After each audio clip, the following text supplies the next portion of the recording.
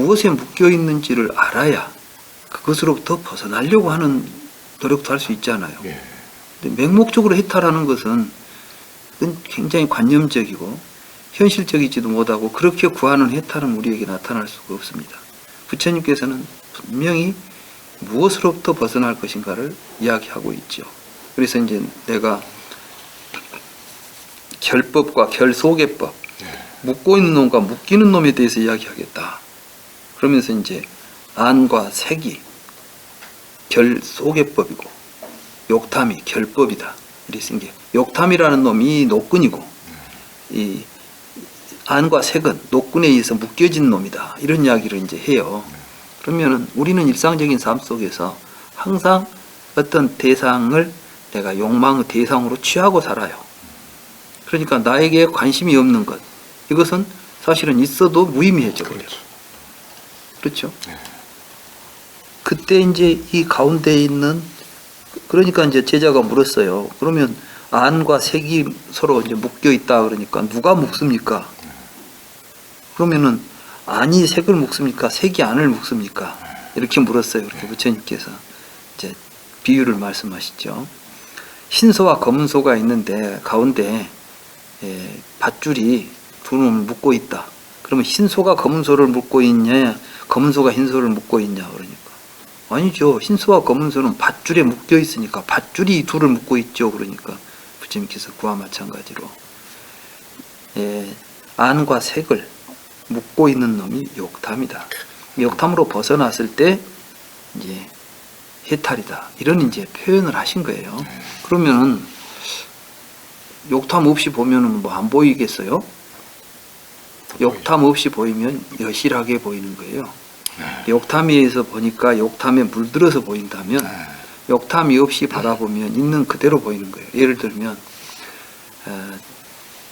내 자식이 예뻐요. 이제 그렇게 보고 있으면은 하는 짓이 다 이쁘게만 보여. 고슴도치처럼. 근데 그걸 떠나서 이렇게 보고 있으면은 얘는 지금 무슨 잘못이 있고 어떤 장점이 있고 어떤 단점이 있구나. 이걸 정확하게 보고 우리가 지도해 나갈 수가 있어요. 그런 것처럼 불교 해탈이라는 것은 모든 것을 해탈해 버리면은 아무것도 없이 그냥 뭐 하자는 무의미한 인생이 되는 거 아니야. 그게 아닙니다. 해탈을 통해서 우리가 얻게 되는 것은 여실지경이죠.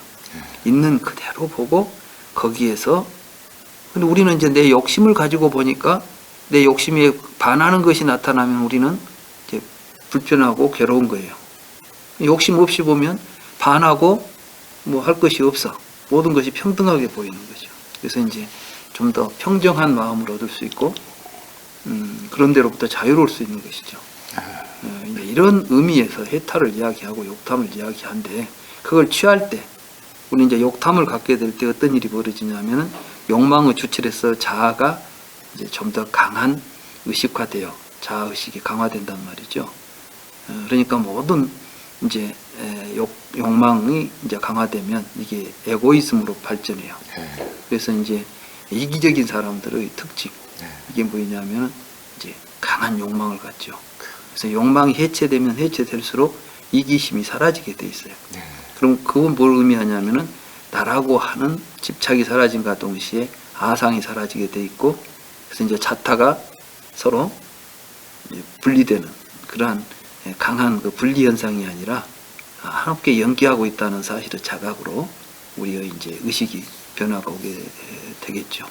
그런 걸 우리가 해탈이다 이렇게 말하는 것이니까 우리가 해탈을 이야기하고 뭘 이야기하더라도 좀 더 명확하게 내가 어떻게 수행을 통해서 어떻게 해야 할 것인가를 알고 가야 되는데, 막연히 해탈만 하겠다고 앉아서 뭐 호흡만 바라보고 있으면 해탈의 경지가 나오겠지 한다거나, 어떤 수련원에 가서 명상을 하고 있으면 갑자기 해탈이 될 줄로 생각한다거나, 이건 이제 잘못된 거죠. 부처님은 그 경전 속에서 우리에게 바르게 수행하고 해탈하고 이제 괴로움부터 벗어나는 길을 잘 가르쳐 주셨으니까 그런 이야기들이 이제 아까 말한 그 욕탐이 안과 색을 묶고 있다 이런 것도 다 그런 맥락에서 나온 이야기입니다.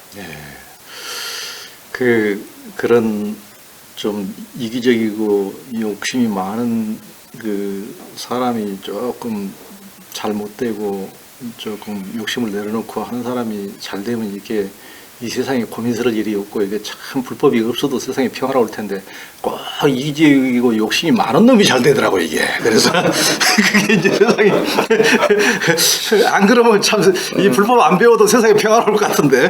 하여튼 그런데 좀 우리가 지금 근데 네. 그건 잘못 생각하신 거예요. 그래요. 왜냐하면 우리 눈에는 잘 된 것 같거든. 네. 왜냐하면 나도 똑같아서 그래. 네. 나도 그 사람이 갖고 싶은 걸 나도 갖고 싶었거든.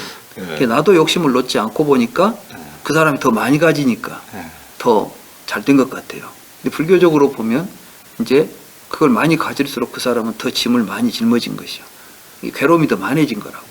근데 우리는 괴로움이 더 많아졌다는 사실을 모르고 그것도 내가 추구하니까 나도 욕심을 못 버리니까 좋아 보이는 거지. 부처님이 볼 때는 그게 좋아 보였겠어요?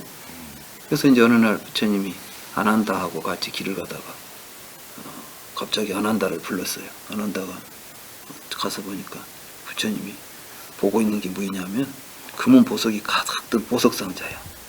안 한다를 보고 안 한다야. 저기 무서운 독사가 있는데 보이느냐? 안 한다가 보니까 독사가 아니라 보석함이 있죠. 얼마나 좋겠어요. 아까 말씀하신 대로 욕심낸 놈들이 많이 가져서 좋은 것이에요.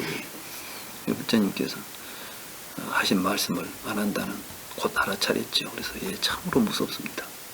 그리고 이제 그냥 돌아서 갔어요. 근데 뒤에 어떤 이제 상인이 장사가 가다가 두 사람이 앞에 가면서 막 무슨 독사가 있는데 누가 얼마나 무서운 사람을 불러서 보라 한 거 가서 보니까 독사가 아니라 금괴가 이게 이제 보석 상자가 있거든. 그래서 저 사람들이 이상한 사람이다 하고 이제 가지고 가서 그놈을 썼는데 그게 이제 왕의 창고를 어떤 도둑이 털어가다가 흘리고 간 거라. 그래서 이제 그놈을 쓰다가 이제 잡혀가지고 왕에게 가서 이제 갖은 고초를 겪으면서 참 무서운 독사라는 말이 그 짓이 아니었구나 그랬대요. 근데 그런 이제 경이 있어요. 우리 중생들은 이기적인 사람들이 취한 것을 복이라고 생각하는 거야. 근데 사실은 그 사람들이 고통을 겪고 있어요. 사실은 이제 그게 안 보이니까 좋아 보이지 속으로는 괴롭다고. 그래서 대체로 이제 심리학에서도 그런 이야기를 하더라고요. 정신질환, 정신병이 이제 처음에는 에고에서 에고센트릭이 된대요. 처음에는 이제 이기적인데 그게 강화되면 자기 중심적이 돼. 그래서 모든 것이 다 자기가 이제 모든 게 자기 중심적으로만 이제 타인까지도 전부 다 자기화하려고 하죠. 그러니까 이기적인 사람이 처음에는 남보다는 더 많은 걸 가지려고 하지만 다음에는 그 사람까지도 지배하려고 하고 갈등을 이기시키고 그러다 이제 마지막에 가면 분열이 일어난대요. 그래서 정신 분열까지 간대요. 그래서 이 욕망은 우리들의 삶에 있어서 굉장히 그 무서운 독사 같은 것입니다. 그래서 이기적인 사람이 잘 살고 있지 않아요. 이기적인 사람이 잘 산 애도 없어. 우리 눈에 볼 때 돈 많이 가지고 있으니까 잘 산 것 같죠? 돈 많이 가지고 있는 사람은 돈 때문에 고민한다니까. 부처님은 한 푼도 없었어요. 자, 세상에서 누가 제일 행복한 사람이에요? 우리 불교인 관점에서 보면 부처님이잖아요. 그럼 부처님은 재산을 가진 게 있었습니까? 아무 재산도 없고 집도 없고 절도 없고 처자식도 다 버리고 혼자 다녀서 아무것도 없는 사람이에요. 어디에서 행복을 찾았을까요? 그러니까 이제 이기적인 사람이 잘 됐다고 생각하는 생각 자체가 있으면은 절대로 이기적인 생각이 안 없어져. 그런 생각 가지고 불교 공부해봐야 불교 공부해도 하나만한 공부가 되는 거예요. 제대로 이제 우리가 불교를 공부한다면 다른 사람이 뭘 많이 가지고 있는 것을 가지고 하더라도 저게 다 독사 같은 것이고 저게 짐이 되는 것이라는 걸 알고 실제로 이제 내가 살면서 느껴보니까 내가 입고 있는 옷, 내가 먹는 음식 외에 다른 것은 사실은 이제 그게 지나치면 짐이 되더라고. 옷도 너무 많으니까 귀찮아 죽겠어. 버리고 싶은데 또 뭐 쉽게 버리기도 못하고 있고 그런 경우들이 많잖아요. 뭘 가진다는 것은 그래서 이제 소유는 속박이라 그랬어요. 법정스님 재밌는 이야기가 있죠. 누가 난을 줘서 난을 키우다 보니까 난이 이제 사랑스러워서 잘 키웠는데 어디 나가기만 하면 이제 난 때문에 못 앉아 있는 거야. 지금. 물 줘야 되는데 못 해야 되는데. 이게 내가 난을 소유하고 있는 것인지 난이 나를 소유하고 내가 난 종노릇을 하고 있는 것인지 모르겠더라는 거예요. 밧줄이 있네. 그게 밧줄이 결박이. 그러니까 돈 가진 사람은 돈 관리원이라고 평생을 돈 종노릇원이라고 돈 불어난다고 좋아하지만 알고 보면 그거 얼마나 어리석어요. 그 시간에 딴 거 하고 살아야지. 정말 하고 해야 될 일, 재밌는 일이 많은데 그걸 버리고 앉아서 뭐 오늘은 주식이 얼마나 올라가냐 올라가면 좋아하다가 떨어지면 막 낙담을 하고 그럼 하루에도 몇 번씩 왔다 갔다 이런 걸 우리가 이기적인 사람이 취한 이익이라고 생각해서 부러워할 필요가 있겠어요. 이제 우리가 불교를 공부한다는 것은 부처님 말씀은 이제 부처님이 우리에게 한 말씀이어서가 아니라 진실이기 때문에 받아들이게 되는 거예요. 그리고 또 부처님은 그 진실을 직접 몸으로 실천해서 보여줬잖아요. 그게 위대한 것이고. 그러니까 이기적인 사람이 보기 싫은 것은 이기적인 눈으로 보기 때문에 너무 예리하게 지어가셔서 아픕니다.